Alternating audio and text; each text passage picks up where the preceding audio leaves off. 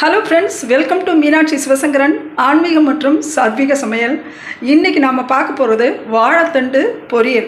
இந்த வாழைத்தண்டு பொரியல் கொஞ்சம் டிஃப்ரெண்ட்டாக இருக்கும். நான் எப்படி செய்கிறேன்னு வீடியோவில் பாருங்கள். அதே மாதிரி நீங்கள் செய்யுங்க. செய்துட்டு லைக் கொடுங்க, கமெண்ட்ஸ் கொடுங்க, சப்ஸ்கிரைப் பண்ணுங்கள், ஷேர் பண்ணுங்கள் எல்லோரும். Thank you friends.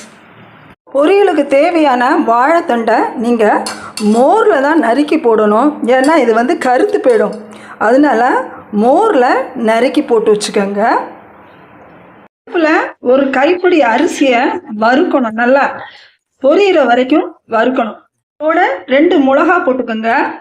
மிளகாயும் சேர்த்து நல்லா வதக்கணும். அரிசி நல்லா பொரிஞ்சிருச்சு, நம்ம இறக்கிடலாம். வாழைத்தண்டை வேக போடணும்.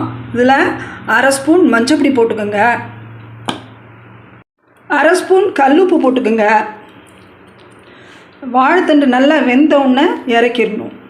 அரிசியும் மிளகாயையும் மிக்சியில் பொடி பண்ணிக்கோங்க. ரொம்பவும் நைஸாக பொடி பண்ண வேண்டாம், ஓரளவுக்கு கொரன்னு பொடி பண்ணிக்கோங்க. வாழைத்தண்டை வெந்து எடுத்து வச்சாச்சு. அடுப்பில் தேங்காய் எண்ணெய் ஊற்றிக்கிட்டேன். கடுகு உளுத்தம்பருப்பு, மிளகா வத்தல் இதில் போட்டுக்கணும்.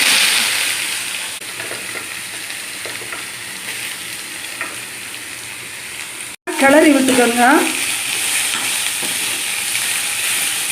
பொடிச்சு வச்சிருக்கிற பொடி எடுத்து இதில் வாழைத்தண்டில் தூவணும். நம்ம தேங்காய் பூ தூவிடணும். இதை நல்லா கிளறி விட்டுருங்க.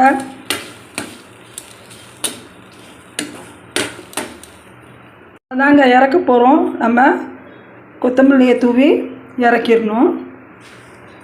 இதை நல்லா ஒரு கிளறி விட்டுக்கோங்க. அவ்வளோதாங்க, சுவையான வாழைத்தண்டு பொடி மாஸ் ரெடி ஆகிடுச்சு. நீங்கள் இதே மாதிரியே செய்து பாருங்கள். அதுக்குரிய கமெண்ட்ஸ் சொல்லுங்கள். தேங்க்யூ.